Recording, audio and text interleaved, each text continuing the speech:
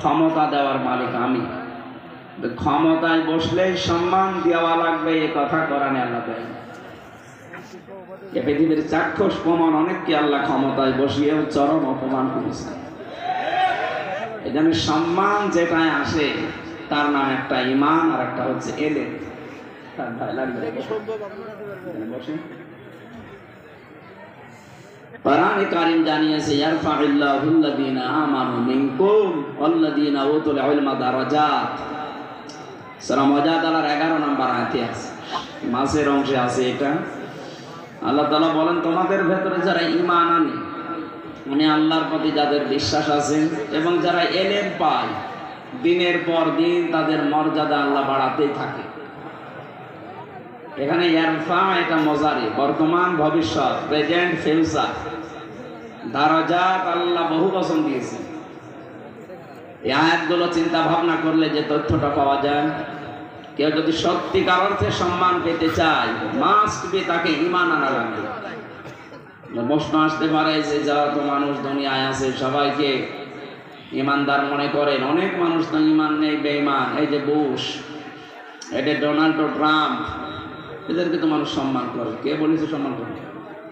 সামনাসামনি তাদেরকে সম্মান দেয়। যে পাহারা দিচ্ছে তাকেও আপনি পেছনে ডাক দিয়ে বলবেন, সে বলবে ও হারামি মরে না কেন। অনেকে কায়দা কৌশলে সম্মান দিচ্ছে। আমি একটা গল্প পড়েছিলাম, আমার দাদা বলছিলেন, এই যে হাজ্জাজ বিন ইউসুফ নামে একটা লোক, এই লোকটা জালেম ছিল, এত জুলুম করেছিল, মানুষ তার নামই দিয়েছে জালেম। দাড়ি বানানো, চুল বানানো, চোখ বানিয়ে বাইরে যেই একটা গ্রাম্য লোকের সাথে দেখা, লোকটা বলছে, ওই বাদশা হাজ্জাজ বিন ইউসুফ, এই লোকটা কেমন? ও তো জালেম। মানে না, ও জালেম, ও 14 গোষ্ঠী জালেম। তো একবার যে জালেম জালেমের শব্দ শুনেছে, ওর মেজাজ খারাপ হয়ে গেছে। যাই বেটা, আমার চিনিস না তো? আমি সে হাজ্জাজ বিন ইউসুফ। ও চিন্তা করছে আমার তো মাথা থাকবে না, আমি যা বললাম। ডাক দিয়ে বলছে, বাদশাহ আপনি কি আমাকে চেনেন? বলছে না তো।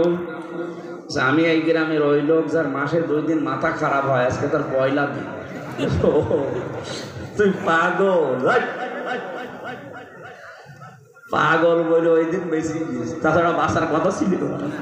আমরা ওই 15.5 বছরে পাগল বলেই বেশি আছি।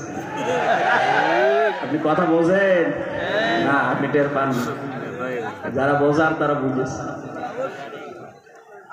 পাগল বলে আমরা বেঁচে আছি, ভালো মানুষ হলে থাকতো। শুধু ওই 14টা দল বাদ দিয়ে বাংলাদেশে আমরা যারা আছি সবাই মাসলুম, সে যেই হোক। কথা বুঝতেছেন? কিচ্ছু জানে না এই যে লোকটা। ঘরে ঘুমিয়ে আছে, চোখ বন্ধ করি, ঘুম থেকে উঠে দেখছে জেলখানা। কি গো, তুই গাছ কেটেছিস? কখন? স্বপ্নে। কিসের মামলা দিয়েছে? গায়েবী। কিসের? সাক্ষী কোথায়? ও গায়েবী। বিচারক কে? গায়েবী। মামলার আয়ু কে? ও গায়েবী। সবই গায়েবী চলছে।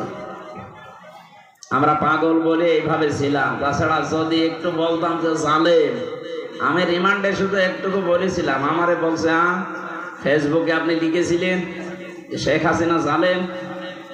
আমি বলছি আমি তো শেখ হাসিনা লিখিনি, আমি লিখেছি পৃথিবীতে এমন একটা দেশ আছে যে দেশের বাদশাহ জালেম।